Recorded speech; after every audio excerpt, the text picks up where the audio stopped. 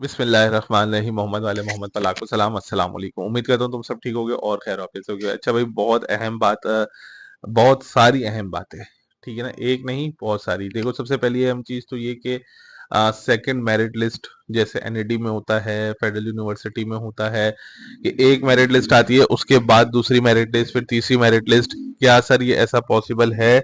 आएगी या नहीं आएगी? आएगी तो कब तक आएगी? क्या ये एडमिशन हमारे जो है वो कंफर्म है या नहीं है?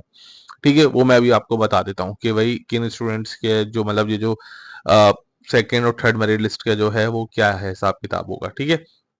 दूसरी चीज मैं बता दूं कि वो बच्चे जो मेरे पास बहुत सारा सवाल आ रहे थे कि सर हम जो है वो मॉर्निंग का टेस्ट हमारा क्लियर है, तो इवनिंग का टेस्ट जो है वो हमें क्या देना पड़ेगा या नहीं देना पड़ेगा?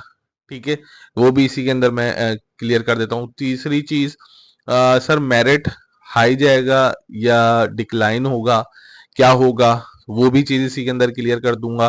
ठीक है, क्योंकि बहुत सारे सवाल थे वो इकट्ठे हो रहे हैं हमारे पास, तो सोचा कि एक ही बार में ये तमाम तर जो आप लोगों की जो सवालात हैं उनका मैं जवाब दे दूंगा, ताकि जो भी आप लोगों के माइंड में कंफ्यूजन है वो सारी क्लियर होती चली जाएगी। ठीक है, ये हो गया।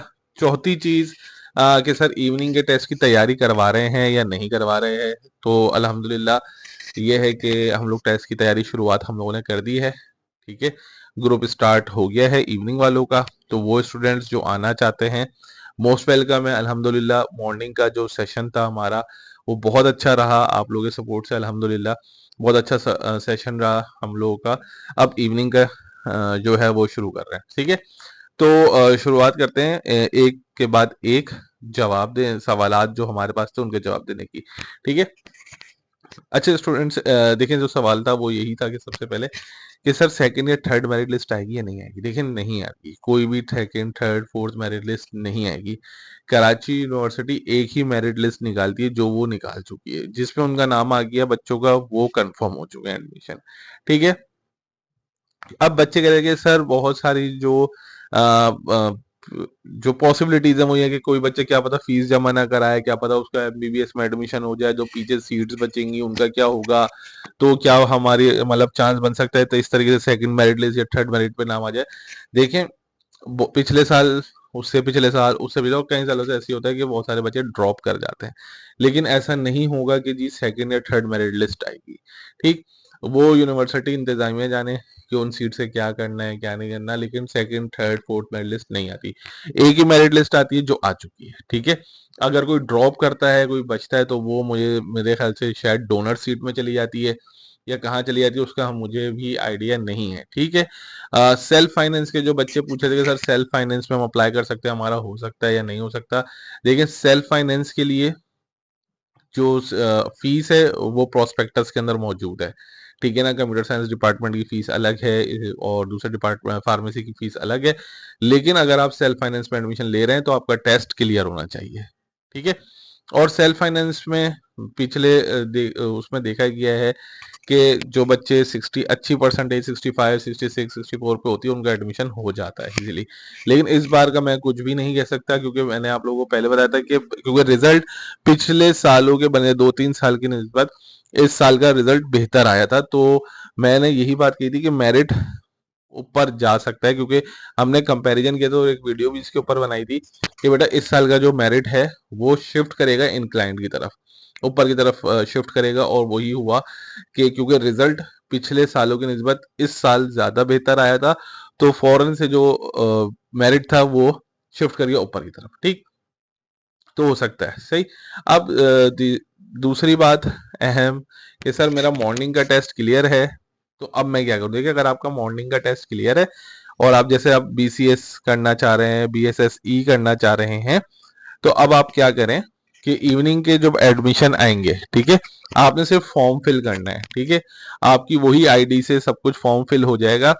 अब आपको टेस्ट देने की जरूरत नहीं पड़ेगी, वो जो एडमिशन ऑफिस वाले हैं वो खुद देख लेंगे कि आपका टेस्ट क्लियर था। ठीक है ना, वो आपका वही वाला टेस्ट क्लियर कंसीडर कर लेंगे।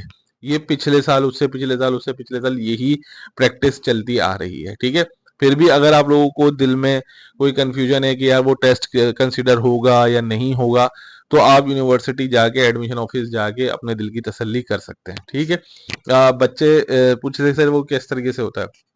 मेरे एक स्टूडेंट हैं जो अब माशाल्लाह 4th ईयर में आएंगे। ठीक है, मेरी उनसे कल बात हुई तो उन्होंने बोला कि नहीं सर, जब आप पोर्टल पे जब आप एडमिशन के लिए अप्लाई करेंगे तो आपकी डिटेल खुद आ रही होगी कि जी आपने मॉर्निंग में इतने नंबर लिए थे, तो वो एडमिशन ऑफिस वाले खुद ही कंसीडर कर लेते हैं कि बच्चा क्लियर है, देन फिर आपका सिर्फ मेरिट कैलकुलेट होता है। सही है। तो जो बच्चे मॉर्निंग में टेस्ट क्लियर कर चुके हैं और वो इवनिंग में दोबारा अप्लाई करना चाहते हैं, वो कर सकते हैं। उनका मॉर्निंग वाला टेस्ट कंसीडर कर लिया जाएगा। वो क्लियर है जो क्लियर है फिर देन उनका सिर्फ मेरिट कैलकुलेशन होगी। सही है। ये दूसरी बात। तीसरी बात, सर मेरिट में इवनिंग में मेरिट ऊपर जा सकता है? हाँ जा सकता है, क्योंकि बहुत सारे बच्चे मॉर्निंग में टेस्ट क्लियर कर चुके हैं लेकिन मेरिट ऊपर जाने की वजह से एडमिशन नहीं ले सके, तो चांसेस हैं कि वही सारे बच्चे इवनिंग के अंदर भी अप्लाई करेंगे।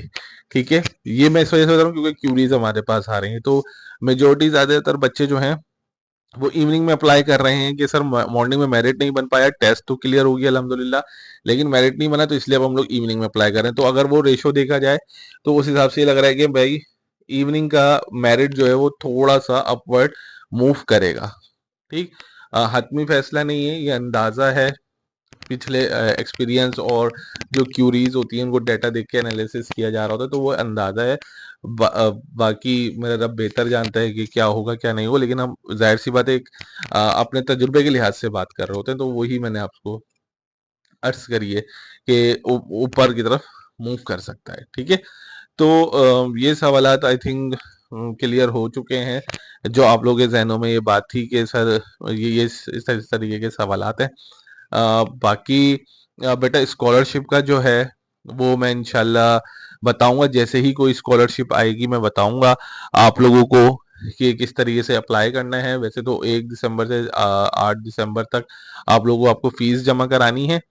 ठीक है ना, लेकिन उससे पहले अगर कुछ स्कॉलरशिप का हमें पता चलेगा तो हम लाजमी आप लोगों को बताएंगे। आई होप कि यहाँ तक जो भी आप लोगों के माइंड में सवालात होंगे वो क्लियर हो गए होंगे। अगर नहीं हुए होंगे तो आप कमेंट कर दीजिएगा, मैं इंशाल्लाह रिप्लाई करने की कोशिश करूंगा।